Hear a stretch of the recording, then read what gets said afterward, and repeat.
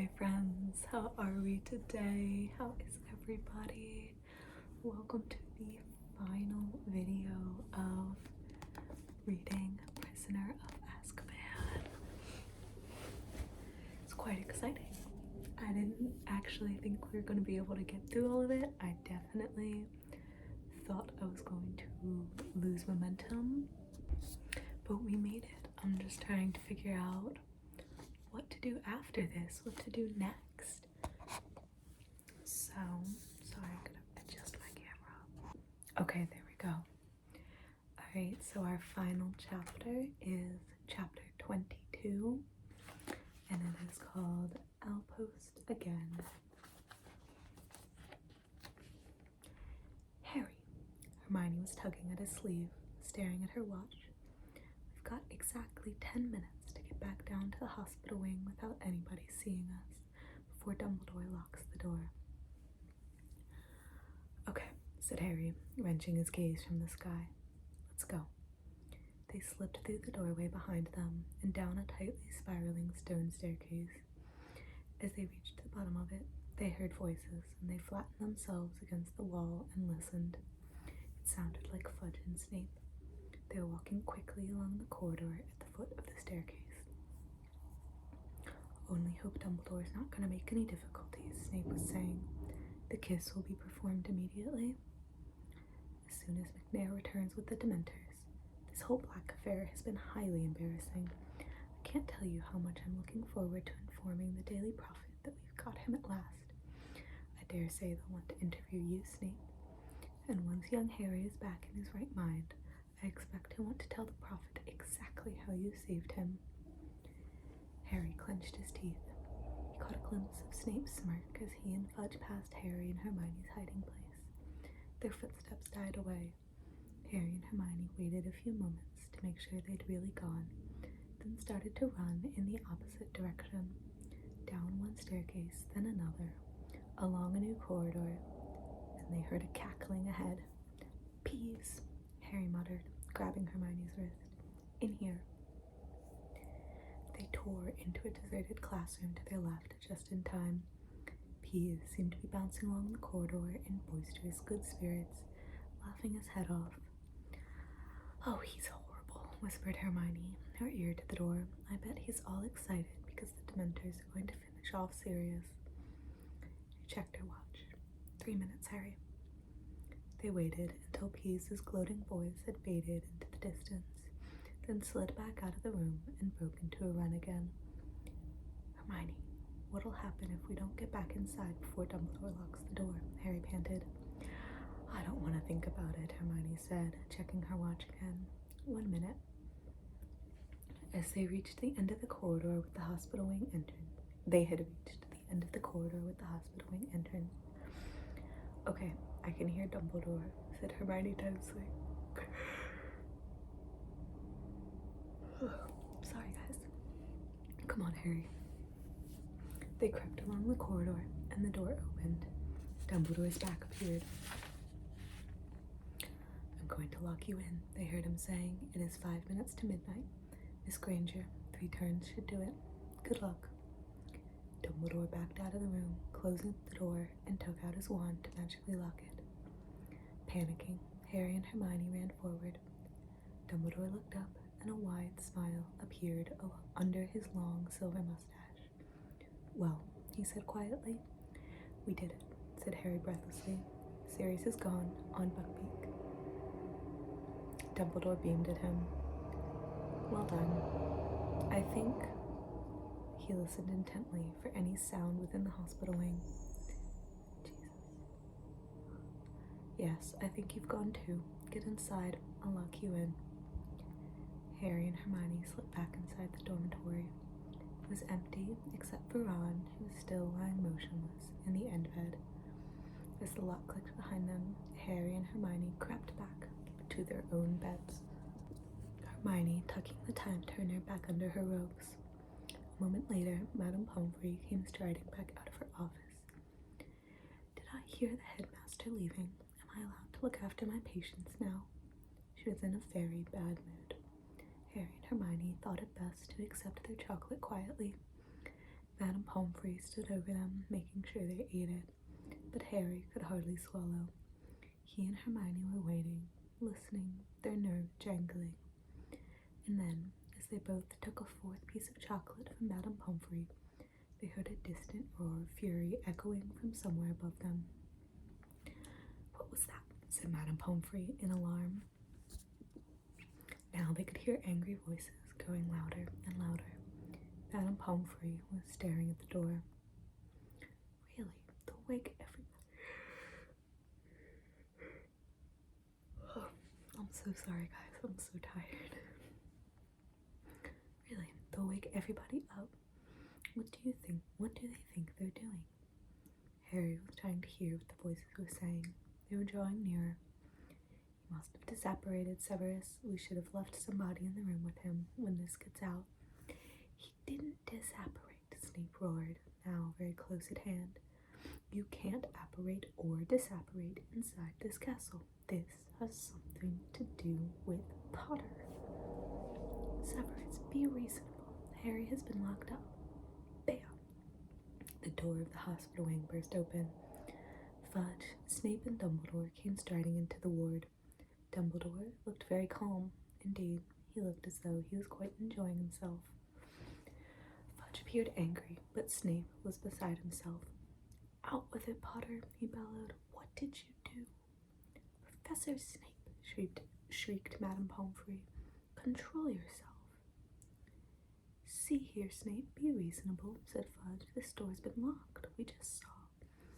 "They helped him escape. I know it," Snape howled, pointing at Harry and Hermione. His face was twisted. Spit was flying from his mouth. "Calm down, man," Fudge barked. "You're talking nonsense." "You don't know Potter," shrieked Snape. "He did it. I know he did it." "That will do, Severus," said Dumbledore quietly. "Think about what you are saying. This door has been locked since I left the ward 10 minutes ago.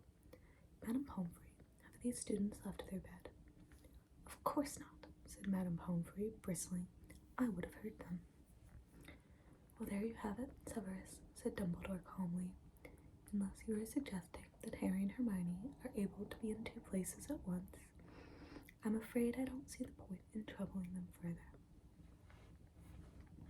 Snape stood there, seething, staring from Fudge, who looked thoroughly shocked at his behavior, to Dumbledore, whose eyes were twinkling behind his glasses. Snape rolled about, rope swishing behind him, and stormed out of the ward. "Fellow seems quite unbalanced," said Fudge, staring after him. "I'd watch out for him if I were you, Dumbledore." "Oh, he's not unbalanced," said Dumbledore quietly. "He's just suffered a severe disappointment." "He's not the only one," puffed Fudge. "The Daily Prophet's going to have a field day. We had Black cornered and he slipped through our fingers yet again. All it needs now is for the story of the Hippogriff's escape to get out, and I'll be a laughingstock. Well, I better go and notify the Ministry." "And the Dementors," said Dumbledore. "They'll be removed from the school, I trust." "Oh yes, they'll have to go," said Fudge, running his fingers distractedly through his hair.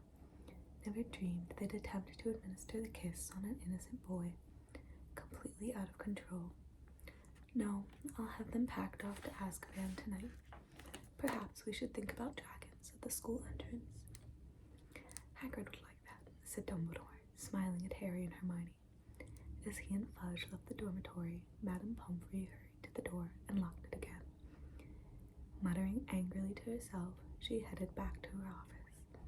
There was a low moan from the other end of the ward. Ron had woken up.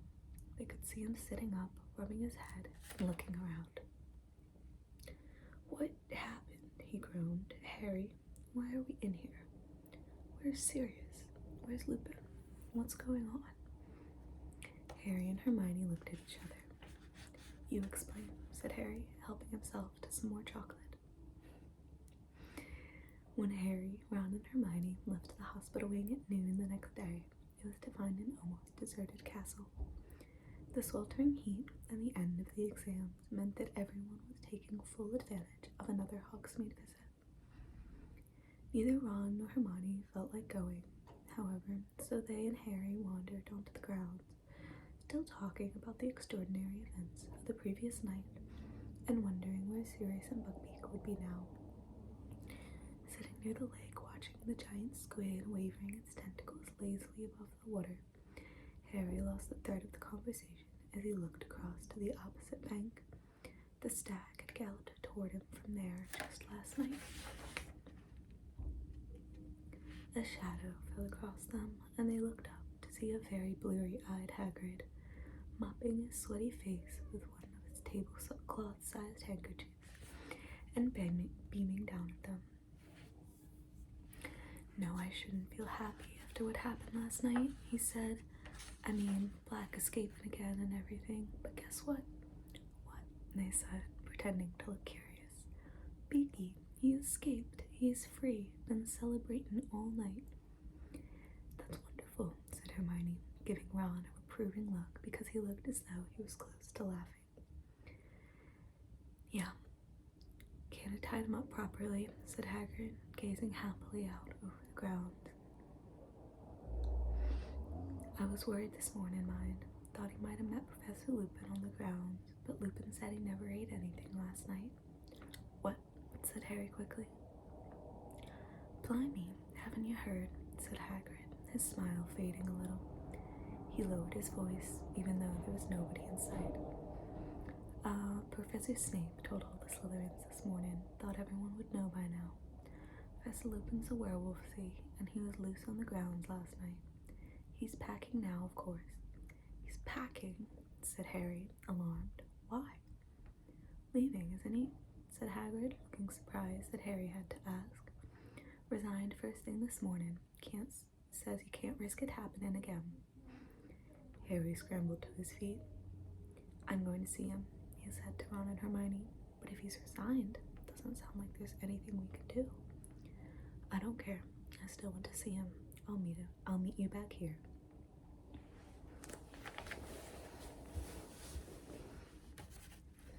Lupin's office door was open. He had already packed most of his things. The Grindylows empty tank stood next to his battered old suitcase, but it was open and nearly full.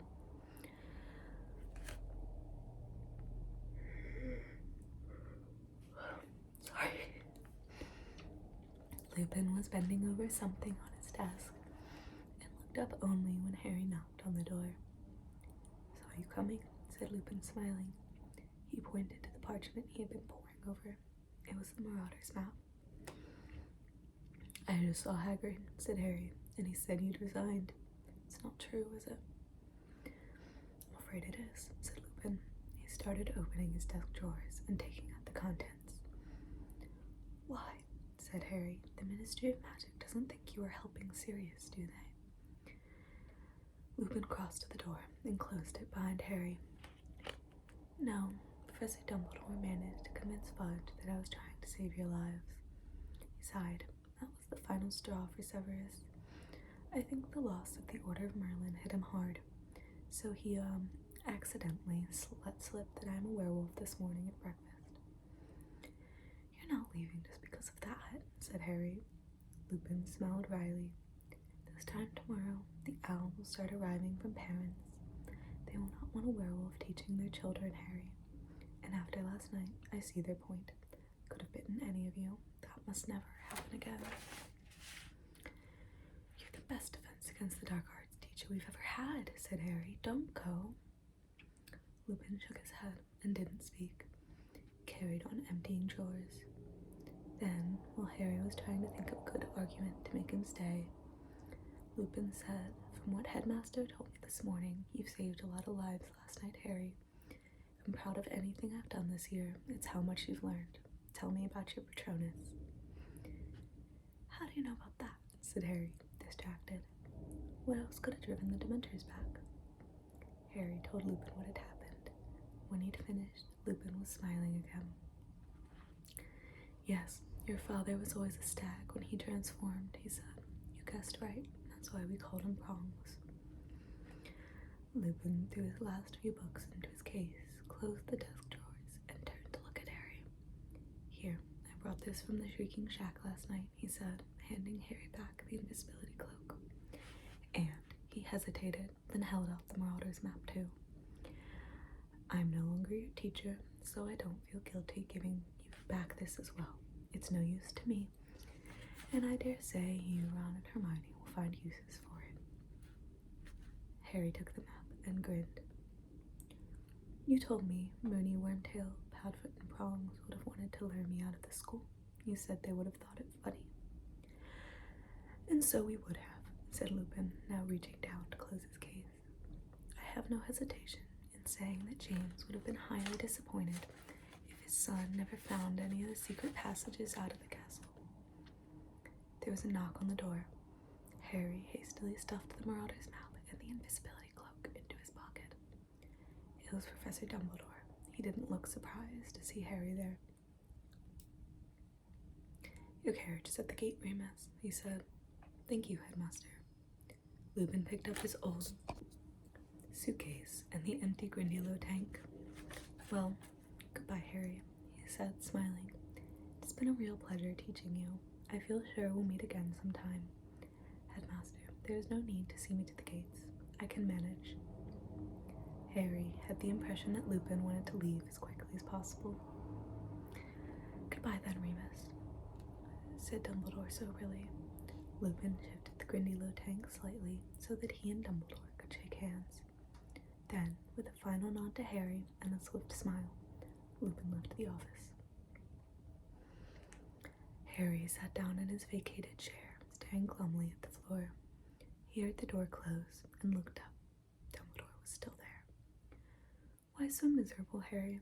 He said quietly. You should be very proud of yourself after last night. Didn't make any difference, said Harry bitterly. Pettigrew got away. Didn't make any difference, said Dumbledore quietly. It made all the difference in the world, Harry. You helped uncover the truth. You saved an innocent man from a terrible fate. Terrible. Something stirred in Harry's memory, greater and more terrible than ever before. Professor Trelawney's prediction. Professor Dumbledore, yesterday, when I was having my divination exam, Professor Trelawney went very strange. Indeed, said Dumbledore. Stranger than usual, you mean? Yes, her voice went all deep and her eyes rolled, and she said Voldemort's servant was going to set out to return to him before midnight. She said the servant would help him come back to power. Harry stared up at Dumbledore, and then she sort of became normal again, and she couldn't remember anything she'd said. Was she making a real prediction? Dumbledore looked mildly impressed. Do you know, Harry, I think she might have been, he said thoughtfully. Who'd have thought it? That brings her total of real predictions up to 2. I should offer her a pay raise. But Harry looked at him, aghast. How could Dumbledore take this so calmly? But I stopped Sirius and Professor Lupin from killing Pettigrew. That makes it my fault if Voldemort comes back. It does not, said Dumbledore quietly. Hasn't your experience with the Time Turner taught you anything, Harry? The consequences of our actions are so complicated, so diverse. Predicting the future is very difficult business indeed. Professor Trelawney, bless her, is living proof of that. You did a very noble thing in saving Pettigrew's life. But if he helps Voldemort get back to power, Pettigrew owes his life to you. You have sent Voldemort a deputy who is in your debt. When one wizard saves another wizard's life, it creates a certain bond between them.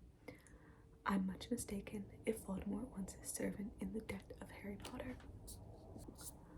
I don't want a connection with Pettigrew, said Harry. He betrayed my parents. This is magic at its deepest, most impenetrable, Harry. But trust me, the time may come when you'll be very glad you saved Pettigrew's life. Harry couldn't imagine when that would be. Dumbledore looked as though he knew what Harry was thinking. I knew your father very well, both at Hogwarts and later, Harry, he said gently. He would have saved Pettigrew too, I'm sure of it. Harry looked up at him. Dumbledore wouldn't laugh. He could tell Dumbledore. I thought it was my dad who conjured my Patronus. I mean, when I saw myself across the lake, I thought I was seeing him. And easy mistake to make, said Dumbledore softly.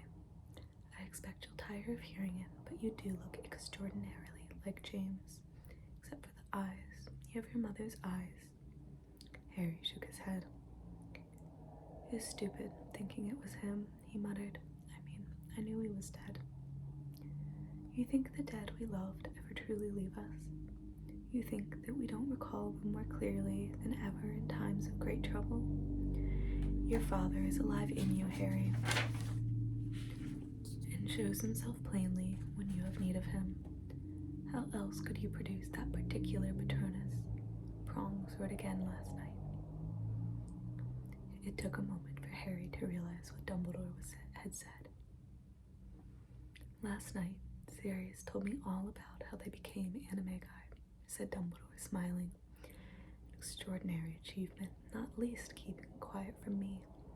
But then I remembered the most unusual form your Patronus took when it charged Mr. Malfoy down at your Quidditch match against Ravenclaw. You know, Harry, in a way, you did see your father last night. You found him inside yourself. And Dumbledore left the office, leaving Harry to his very confused thoughts. Nobody at Hogwarts now knew the truth of what had happened that night, the night that Sirius, Buckbeak, and Pettigrew had vanished, except for Harry, Ron, Hermione, and Professor Dumbledore. As the end of the term approached, Harry heard many different theories about what had really happened, but none of them came close to the truth. Malfoy was furious about Buckbeak. He was convinced that Hagrid had found a way of smuggling the Hippogriff to safety, and seemed outraged that he and his father had been outwitted by a gamekeeper. Percy Weasley, meanwhile, had much to say on the subject of Sirius's escape. If I manage to get into the Ministry, I'll have a lot of proposals to make about magical law enforcement, he told the only person who would listen, his girlfriend, Penelope. Though the weather was perfect, though the atmosphere was so cheerful, though he knew they had achieved the near impossible in helping Sirius to freedom, Harry had never approached the end of a school year in worse spirits. He certainly wasn't the only one who was sorry to see Professor Lupin go. The whole of Harry's Defense Against the Dark Arts class was miserable about his resignation. Wonder what they'll give us next year, said Seamus Finnegan gloomily. Maybe a vampire, suggested Dean Thomas hopefully. It wasn't only Professor Lupin's departure that was weighing on Harry's mind. He couldn't help thinking a lot about Professor Trelawney's prediction. He kept wondering where Pettigrew was now. Oh my god. Where Pettigrew was now. Whether he had sought sanctuary with Voldemort yet. But the thing that was lowering Harry's spirits most of all was the prospect of returning to the Dursleys. For maybe half an hour, a glorious half hour, he had believed he would be living with Sirius from now on. His parents' best friend, it would have been the next best thing to having his own father back. And while no news of Sirius was definitely good news because it meant he had successfully gone into hiding, Harry couldn't help feeling miserable when he thought of the home he might have had and the fact that it was now impossible. The exam results came out on the last day of term. Harry, Ron, and Hermione had passed every subject. Harry was amazed he had got their potions. He had a shrewd suspicion that Dumbledore might have stepped in to stop Snape failing him on purpose. Snape's behavior toward Harry over the past week had been quite alarming. Harry wouldn't have thought it possible that Snape's dislike for him could increase, but it certainly had. A muscle twitched unpleasantly at the corner of Snape's thin mouth every time he looked at Harry, and he was constantly flexing his fingers as though itching to place them around Harry's throat. Percy had gotten top-grade newts. Fred and George had scraped a handful of L's each.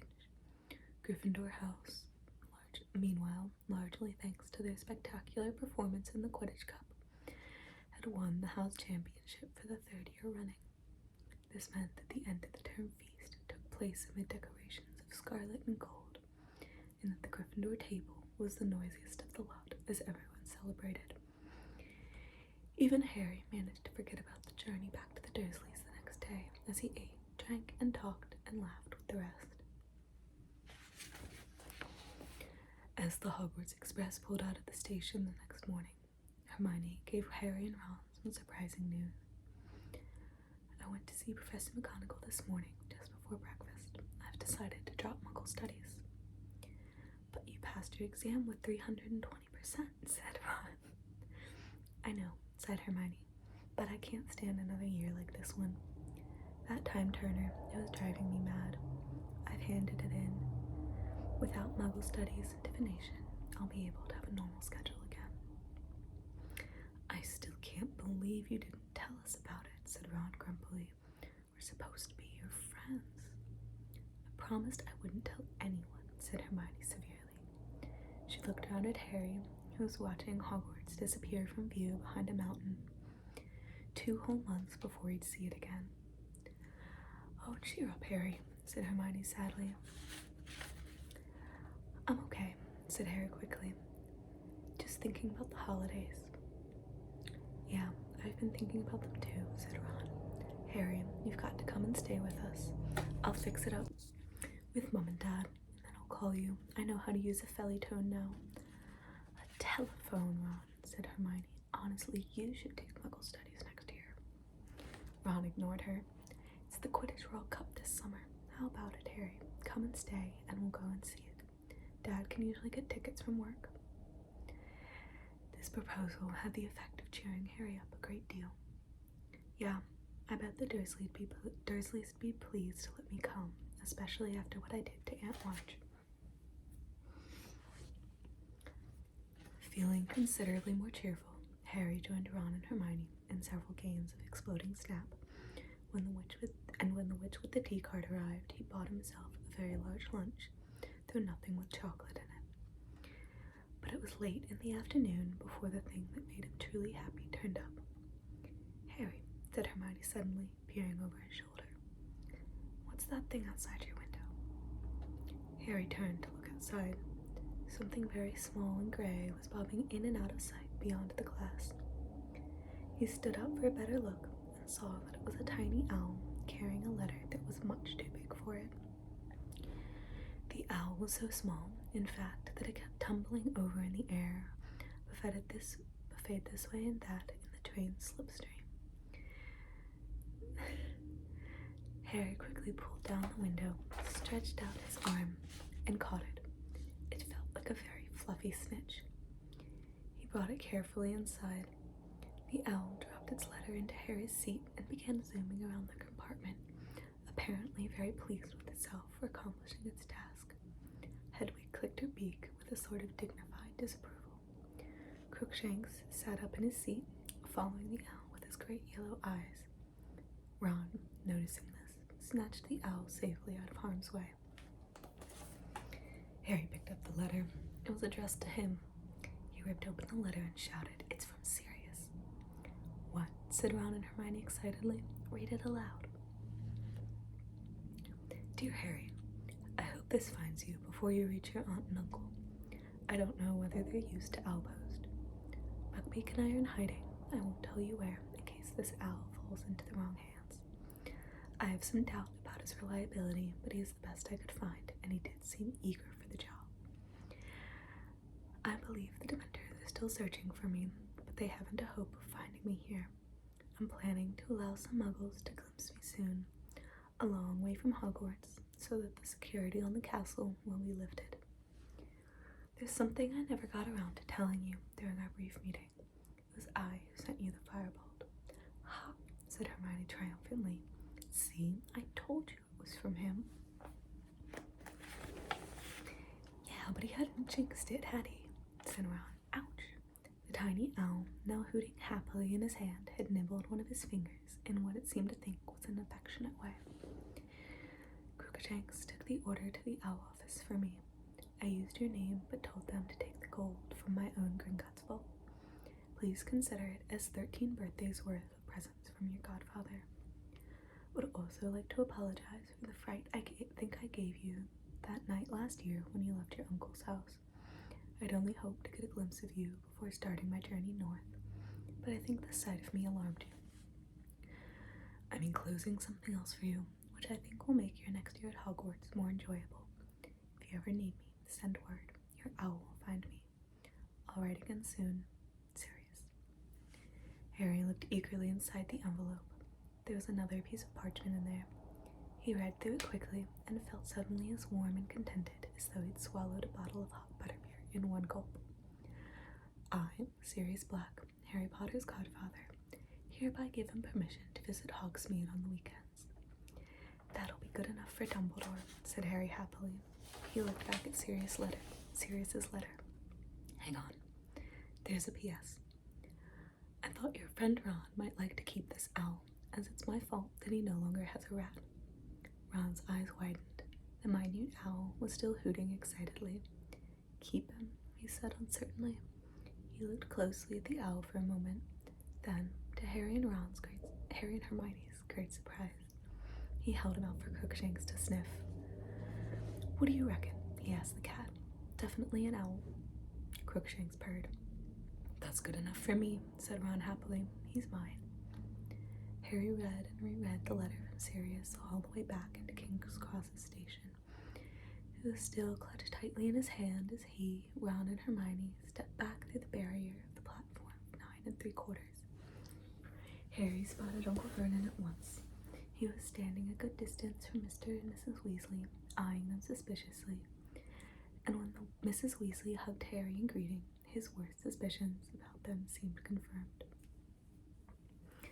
I'll call about the World Cup, Ron yelled after Harry as Harry bid him and Hermione goodbye, and then wheeled the trolley bearing his trunk and Hedwig's cage toward Uncle Vernon, who greeted him in his usual fashion. What's that? He snarled, staring at the envelope Harry was still clutching in his hand. It's another form for me to sign. You've got another. It's not, said Harry cheerfully. It's a letter from my godfather. Godfather, sputtered Uncle Vernon. You haven't got a godfather. Yes, I have, said Harry brightly. He's my mom and dad's best friend. He's a convicted murderer, but he's broken out of wizard prison and he's on the run. He likes to keep in touch with me, though. Keep up with my news, check if I'm happy. And, grinning broadly at the look of horror on Uncle Vernon's face, Harry set off toward the station exit, Hedwig rattling along in front of him, for what looked like a much better summer than the last. That is the end of the book. Thank you so much if you stuck with me through all of that, through all the traffic and the noises, and just enjoyed the story. I definitely want to keep reading. I just haven't really decided what to do next. I don't really want to limit myself and my channel to Harry Potter, especially because of the many qualms I have with the author.